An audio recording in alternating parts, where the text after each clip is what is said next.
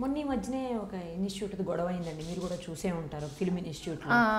ఏంటి అసలు అంత డైరెక్ట్గా అతను బట్టలు ఇప్పితేనే అది నటన వస్తుంది అని అంటే అసలు అదేంటి? చాలా తప్పు కదా, చాలా హారిబుల్ అది. దాంట్లో నిజాలు ఎంతో మనకి తెలియదు, కానీ అదే నిజమైతే మాత్రం ఇంకేం చెప్పాలి.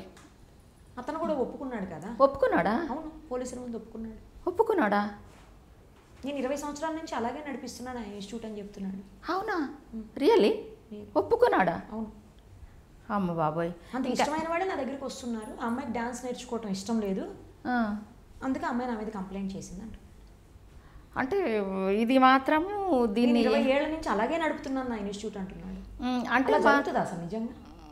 అదే చెప్పా కదా, మనకి తెలియదు. అదే మనకి తెలియకుండా ఇలాంటివి జరుగుతున్నాయి అని చెప్పి అంటే మరి అలాంటప్పుడు శ్రీరెడ్డి వచ్చిందంటే మనం ఏమనుకోవాలి కదా, జరుగుతున్నాయనే కదా అర్థము. ఇంకొక ఎగ్జాంపుల్, ఆ అమ్మాయి కూడా మరి బయటకు వచ్చి కేసు ఫైల్ చేసి అతనికి శిక్ష పడేటట్టు. అంటే ఇలాంటివి ఏమవుతుందంటే మన దగ్గర ఇంకొకటి ఏం చెప్పుకోవాలంటే, మన దగ్గర శిక్షలు ఉన్నాయి, లా ఉంది, జీవోస్ ఉన్నాయి. కాకపోతే ముందుకెళ్ళి కంప్లైంట్ చేసి ధైర్యంగా కొంచెం వెనకపడి దానికి ఇది చేయటం ఒకటి. మనకి ఏదైతే జ్యుడిషియరీ ఉందో, పోలీస్ వ్యవస్థ ఉందో, వాళ్ళు కూడా కొంచెం ఏమంటే పెద్దవాళ్ళ పిల్లలు అనుకో వదిలేయటము అలా కాకుండా అదే చెప్తున్నా కదా, మన వ్యవస్థలన్నీ సరిగ్గా పనిచేస్తే మనం బాగుంటాం. ఇలాంటివన్నీ జరగవు. మన వ్యవస్థలు సరిగా లేకనే. లా ఉంది, చట్టాలు ఉన్నాయి, కానీ ఆ చట్టాలను ఇంప్లిమెంట్ సరిగ్గా చేయట్లేదు. అది చేయగలిగితే అందరూ ఎవరి లెవెల్లో వాళ్ళు కరెక్ట్గా మనస్సుతోటి ఆలోచించి మనసా వాచాకరణ, ఈ ప్లేస్లో నా వైఫ్ ఉంటే, నా డాటర్ ఉంటే, కరెక్ట్ మన ఫ్యామిలీయే ఉంటే ఏమిటి అని ఒక్కసారి ఆలోచించుకుని ఏదైతే ఉందో ఆ లాని ఫాలో అవుతే కొంచెం. ఎందుకంటే ఇప్పుడు అన్ని రకాలుగా మనం పొలిటికల్గా కూడా ఏ వ్యవస్థలో చూసినా కూడా ఇప్పుడు హారబుల్ పొజిషన్లో ఉంది మన సమాజం. మొన్న ఎలక్షన్స్ చూసాము, ఎలా అంటే ప్రజాస్వామ్యమే చచ్చిపోయిందేమో అన్న రకంగా ఇన్సిడెంట్స్. ఇక్కడ ఎలక్షన్స్లో మళ్ళీ నక్సలిజము, గూండాయిజము, రౌడీయిజము ఇలాంటివన్నీ బయటకు వచ్చాయి కదా. కాబట్టి ఈరోజు మాట్లాడుతున్నాను కాబట్టి అనుకోకుండా అటు డైవర్ట్ అయిపోయాము. పెద్దలు, విజ్ఞులు, పెద్ద ఐఏఎస్ ఆఫీసర్సు లేదా జడ్జెస్ ఈ పోస్ట్లో ఉన్న వాళ్ళందరూ ఒకసారి ఆలోచించి ఏం చేస్తే బాగుంటుంది. ఎందుకంటే ఇక ఈ స్టేజ్కి వచ్చిన తర్వాత రేపు మన పిల్లలే పతనం అయిపోతారు కదా. సమాజంలో ఏది సరిగ్గా జరగనప్పుడు, ప్రజాస్వామ్యమే చచ్చిపోతున్నప్పుడు ఇంకా మనం ఎలా బ్రతుకుతాము? ఈరోజు కొన్ని వీళ్ళు ఈ పార్టీ అంటే ఇంకొక పార్టీ వాళ్ళకి ఫెసిలిటీస్ ఇవ్వరు, అలా అయిపోయింది. లేదు చిన్నవాళ్ళ స్టేజ్లో, పెద్దవాళ్ళ స్టేజ్లో ఏంటి కేసులు పెడుతున్నారు. ఈరోజు నువ్వు పొజిషన్లో ఉన్నావు, నా మీద కేసు పెట్టావు, రేపు నేను పొజిషన్లోకి వస్తాను, నీ మీద కేసు పెడతాను. ఏమవుతోంది మన సమాజం? కక్ష సాధింపులకి పరిమితం. అంటే ఇద్దరము ఫేస్ చేయాలి కదా. కాకపోతే ఒకందుకు మంచిదే, ఇలా ఎక్కువ జరిగితే తప్పు చేయకుండా అన్నా ఉంటారేమో పెద్ద బిజినెస్ మ్యాగ్నెట్స్. ఎందుకంటే రేపు వాళ్ళు పవర్లోకి వస్తే నేను అన్యాయంగా సంపాదించిందంతా వెళ్ళిపోతుంది, కేసులు అవుతాయని అలా భయపడితే మంచిదే. కాకపోతే చిన్న లెవెల్లో వాళ్ళకి అవి ఇవ్వలేదు, ఈ గవర్నమెంట్ స్కీమ్స్ ఇవ్వలేదు, ఇలా మాట్లాడుతుంటే కొంచెము మనసున్న మనుషులుగా కొంచెం బాధ అనిపిస్తుంది. కాకపోతే మన లెవెల్లో మనం ఏం చేస్తాం, మనం ఏం చేయగలము, మనం ఏం చేయలేము అనుకుంటున్నాను. పెద్దలు ఎవరైతే ఉన్నారో కొంచెము వాళ్ళ లెవెల్లో వాళ్ళు దానికి ఏం చేయాలో చేస్తే బాగుంటుంది అని మీడియా ముఖంగా నా విజ్ఞప్తి. ఓకే, రాజకీయాల మీద కూడా మీకు అవగాహన ఉన్నట్లుగా అనిపిస్తుంది. రాజకీయాల్లోకి వచ్చే ఆలోచన ఏమన్నా ఉందా? అలా ఏం లేదమ్మా, నేను యాక్చువల్గా జర్నలిజం చేశాను. పోస్ట్ గ్రాడ్యుయేషన్ భారతీయ విద్యాభవన్ నుంచి జర్నలిజం చేశాను.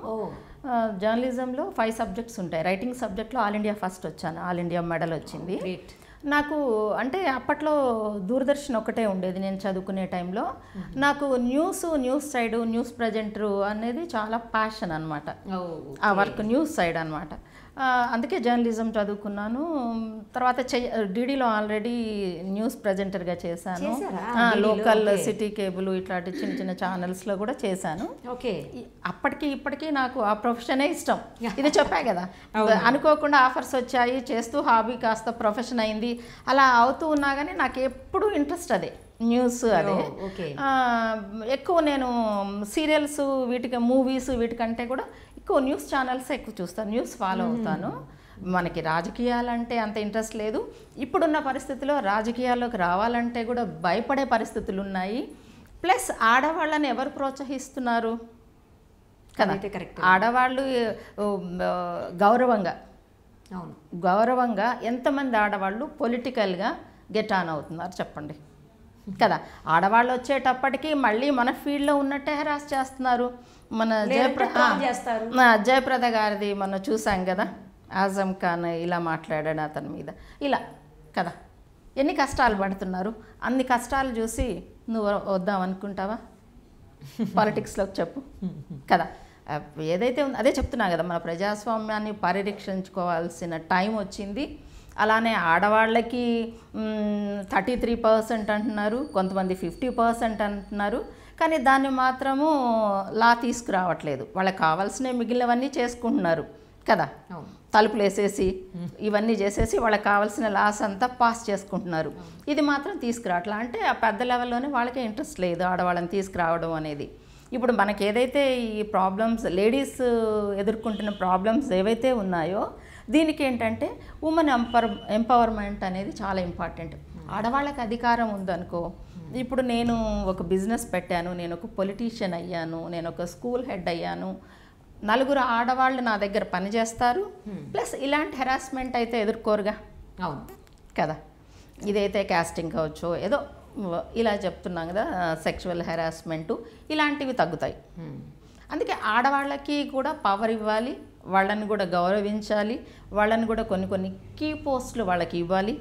ఇస్తే ఒక 10 మంది ఆడవాళ్ళు కొంచెం సేఫ్గా పని చేయగలుగుతారు. ఇప్పుడు చూడండి, ఇక్కడ మనం మాట్లాడుకుంటున్నాం కాబట్టి ఇప్పుడు women lady producer, lady director Manjula Naidu గారు ఉన్నారు. వాళ్ళ ప్రొడక్షన్లో చేసామనుకో ఇలాంటివి ఏమీ ప్రాబ్లమ్స్ ఉండవు, హ్యాపీగా రిలాక్స్ రెడ్డి గారు అంటే తనతో నేను ఎప్పుడు వర్క్ చేయలేదు. మంజులా నాయుడు మామూలుగా చెప్పాను నేను లేడీస్. అలా అదే నేను అంటున్నా, లేడీస్ రావాలి, directors, producers, politicians, higher officials, business women, ఇలా లేడీస్ వచ్చారనుకో ఇలాంటి ప్రాబ్లమ్స్ కొన్ని ఇంత పర్సంటేజ్ ఉండదు, తగ్గుతాయి. అందుకని మన ఎవరైతే పెద్దలు ఉన్నారో, పొలిటీషియన్స్ ఉన్నారో మన గురించి కూడా ఆలోచించాలి. కరెక్ట్. ఆలోచించి కొన్ని లాస్ అమెండ్ చేయటము, లేదా వీళ్ళకి కొన్ని పోస్టులు ఇవ్వడము, వాళ్ళని కూడా పైకి తీసుకొస్తే కొంతమంది ఆడవాళ్ళు బయటకు వచ్చిన వాళ్ళు ప్రశాంతంగా పని చేసుకోగలరు. మిగిలిన ఎలాగూ హెరాస్మెంట్లు, మిగిలిన ప్రాబ్లమ్స్ 100 ప్రాబ్లమ్స్ ఉంటాయి. ఈ ప్రాబ్లం ఏదైతే ఉందో ఈ ప్రాబ్లం కొంతవరకు పోతుంది, మొత్తం పోతుంది అని చెప్పను, కొంతవరకు పోతుంది అని అనుకుంటున్నాను. మాకి కొత్త కార్యవర్గం వచ్చింది కదా, ఇప్పుడు కాస్టింగ్ కౌచ్ గురించి ఏమన్నా కొత్త నిర్ణయాలు కానీ, లేకపోతే కమిటీ ఆల్రెడీ ఉన్నట్టుంది, ఆ కమిటీని ఇంకా కొంచెం స్ట్రెంగ్తెన్ చేయడం కానీ అలాంటి నిర్ణయాలు ఏమన్నా జరగబోతున్నాయా అండి? నా వరకైతే ఇంకా ఏం తెలియదుమా. నేను కూడా మొన్న రీసెంట్ ఎలక్షన్స్లో టీవీ దాంట్లో, మూవీ దాంట్లో నేను కూడా కంటెస్ట్ చేశాను. మా ఎలక్షన్స్లో ఈసీ మెంబర్ కంటెస్ట్ చేశాను. కాకపోతే నేను ఒక 5-6 ఓట్ల తేడాతోటి నేను మెంబర్ కాలేకపోయాను, ఈసీ మెంబర్గా. కాకపోతే నాకు నేను గెలవలేదు కాబట్టి దాని గురించి నాకు ఏమి ఇన్ఫర్మేషన్ లేదు, ఏం చేస్తున్నారు ఏంటి అనేది. నేను ఒకవేళ గెలుచుంటే ఏమన్నా ఏం జరుగుతుంది ఏంటి అని తెలిసేదేమో. ప్రస్తుతం అయితే నాకేం తెలియదు. మరి ఆల్రెడీ అప్పుడు శ్రీరెడ్డి ఇష్యూ అప్పుడే ఏదో కమిటీ వేశారు అని చెప్పారు కదా. Hi, hello friends, please subscribe to mirror TV. Thank you. You're watching this on Mirror TV. Please like, share and subscribe. Please watch and subscribe to Mirror channel. You're watching this on Mirror TV. Please like, share and subscribe. You're watching this on Mirror TV. Please like, share and subscribe. You're watching me on Mirror TV. Please do like and subscribe this. Please subscribe to Mirror TV. Please subscribe to Mirror TV. Thank you. Please subscribe to Mirror TV.